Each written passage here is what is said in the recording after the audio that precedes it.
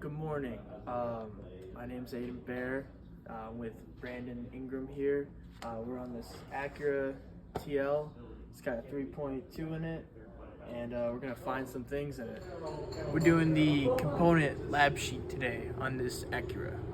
So, in doing an inspection on this car, looking through all this stuff, seeing what's good, what's not. We found this little relay box right here, and it just comes right off, but there's nothing there, and none of these guys are labeled. So if someone tries working on this car, they'll have no clue what to do here. And same with us. Found another box right here, unlabeled.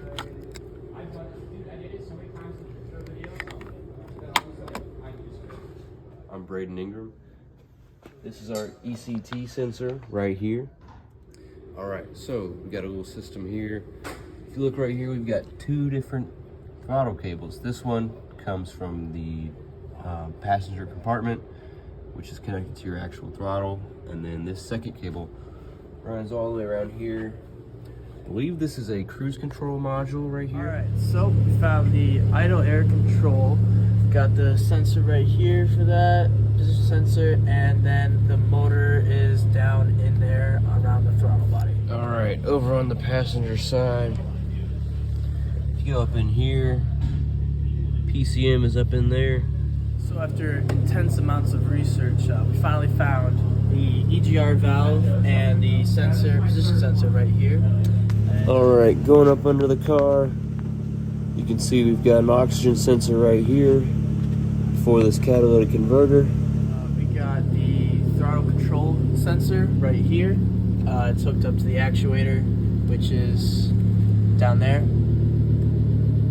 We got the injectors here. We got the fuel rail right here. I can't really see the injectors, but they are down in there. And yeah. All right, so we've got the wiring diagram pulled up for the fuel system.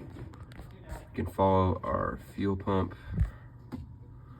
all the way up here. It says the relay is on the driver's side, under dash, use relay box. Walking over here to the car.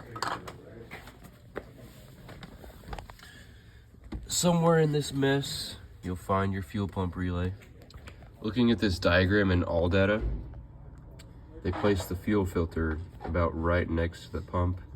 Not sure if that's in line or if it's a part of the fuel pump itself. Fuel pump. So we found some labels here. We got airbag warnings, pretty cool. Got a little warning label here. And then we got vehicle emissions, and we have sequential fuel injection as it's shown right there, 3.2 liter, all that good stuff. And then right here, we got information about coolant and antifreeze. All right, most cars will have the OBD2 port located somewhere around here, but this car has a pretty unique design. Actually, it's right up in here where the ashtray is. So, found some more sensors here. Under this intake, we got the NOx sensor, and then under this exhaust manifold over here, we have the crankshaft position sensor. And then over here, under some of these things, we got the camshaft position sensors. Look over here by this intake, we've got the throttle position sensor right here. This is the map sensor, and we've got right here the intake air temperature sensor. All right, so we're gonna unplug this map sensor here and see what it changes.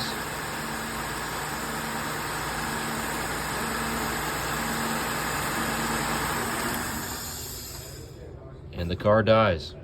All right, we've got the map sensor here unplugged. We're gonna see if this car will start.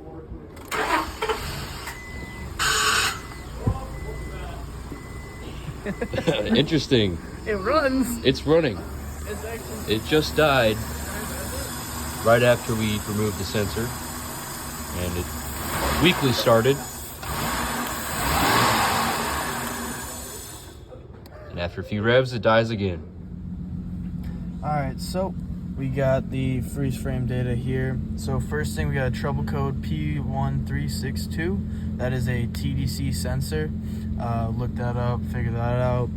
We also got some other things. We got engine speed, which I'm assuming is what it was when the car was running the last. Then you get your map, coolant, and then after that, it's just kind of zeros. And then fuel system 1 is open. All right, so now we got the vehicle started, and I'm on just the pure data screen. So we got the engine speed here, it's at idle. Got the map working, coolant's at 120. And then one thing I thought was interesting, the ignition advance 31 degrees, which seems like a good amount. Fuel trims, nothing. Obviously, car isn't running, so it's at 0. And yeah.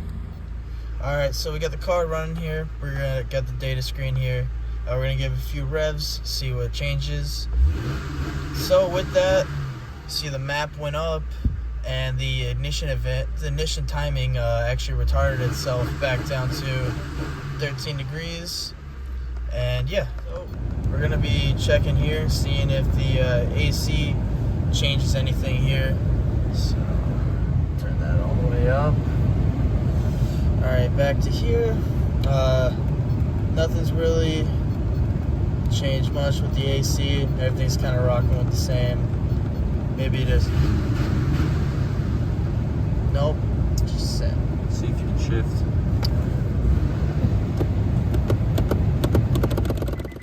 All right, so right now we're actually testing the voltage at pins on the OBD2 connector.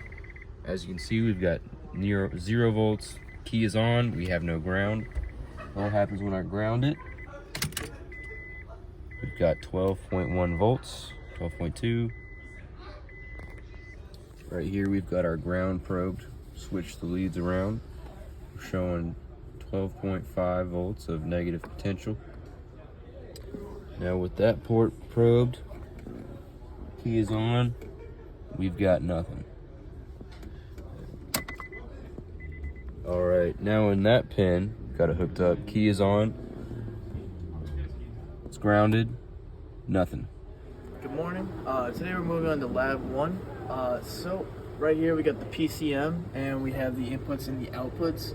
So we got the power source here, we got the source for ground, and then also this one drives all the injectors, the EGR valve, VTEC solenoid valve, and the automatic transition gear position switch.